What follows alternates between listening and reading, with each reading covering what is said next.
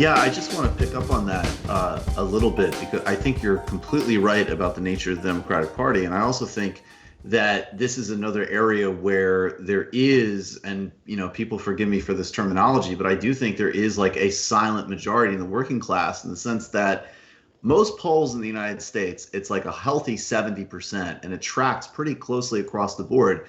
People do want to shelter in place because they understand the enormous danger of this situation. And many people, certainly speaking from New York, like, people who've died or people who've gotten extremely ill. And so you have this dynamic where Congress collaborates in a bipartisan fashion. I think, Bernie, I want to always give credit where credit is due, got a couple of decent things in there, but it passes this just monstrosity that's basically just a giant, monopoly consolidation for platform capitalism. Then, that's totally screws workers and poor people across the board, and many middle class people, in fact. And then you do have these protests, and I want to just balance and run this by you as well, that there is always the kind of neoliberal pundit tendency where it's like, oh, okay, that's somebody, I don't like their clothes, I don't like the cut of their jib, they're out here demanding a reopening, that's unscientific, blah, blah, blah, blah, blah. And so a couple of weeks ago, I was resisting that. I was saying, no, look, we got to be honest here. There is a huge economic need. But then at the same time, we also need to be real, obviously, that there is a funding source from the Vos family for these protests in Michigan. And now in the last couple of weeks, there's been a huge change, I think, between a mixed group of people, some of whom were like Proud Boys and that kind of trash, but also people saying like, hey, I can't afford truck payments. I can't, like, I need this stuff, the real stuff. And then in the last couple of weeks, it has gotten into this sort of like menacing gun, Confederate flag, Nazi thing. And then you want to run in tandem with that too. Like it's so fast moving that we can't get attached to one particular narrative or interpretation, which is always what we're hearing, whether it be, from basically all mainstream partisan pundits. So that's just my riff. Do you agree, Glenn? My monologue. Well, I think there's a lot there to kind of dissect. So first of all, and Anna alluded to this earlier, which is, one of the things that concerns me a lot about the pandemic and the lockdown measures that, as I said earlier, I support. And by lockdown, I mean some kind of combination of voluntary quarantine with some degree of government enforcement, not necessarily the maximalist lockdown models that we're seeing, is, if you think about it, one of the most important things to have a healthy democracy and a healthy government and political order is that the people who wield power, economic power and political power, have to fear the majority of people who don't wield the greatest power.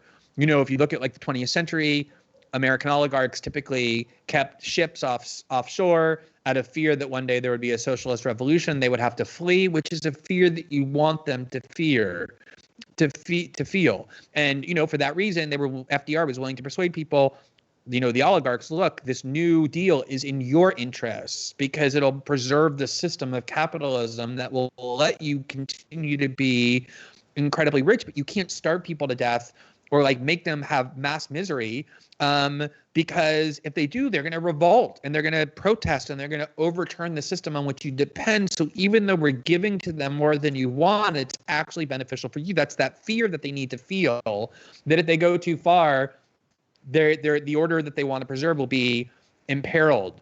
Now that we're all stuck at home, where does that fear come from?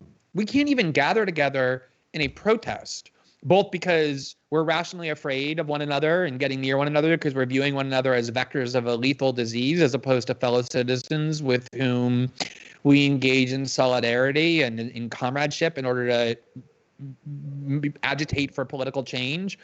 But we're also often prevented by the state using the power of the police, of violence, from gathering together. Or Amazon will fire you if you try and do it, if you go on strike. And so we've really become, we were already pretty weak in the face of these institutions. We've become infinitely weaker. And so there is a part of me that wants to see some defiance on the part of the citizenry.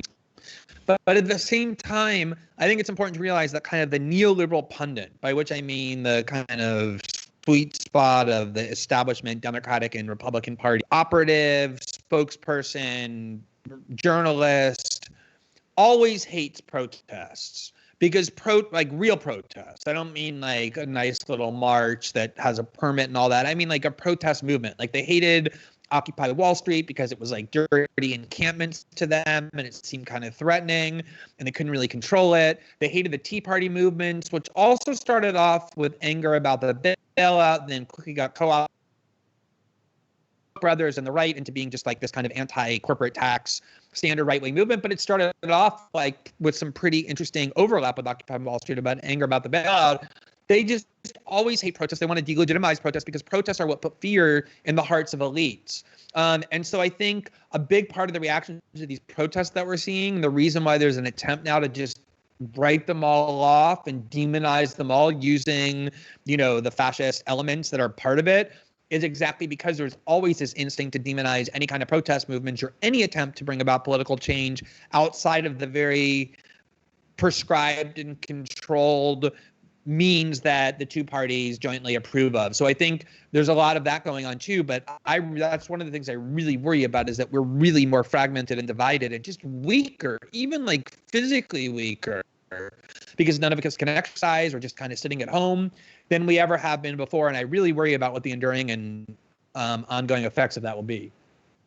Yeah, absolutely. And I mean, when I looked at the initial coverage of the protests, I couldn't help but think about the way the media portrayed Occupy Wall Street protests, right? I mean, it was not a mistake that they would focus on specific people who apparently didn't seem like they knew what they were protesting about, for instance, to kind of paint this picture of the movement, right?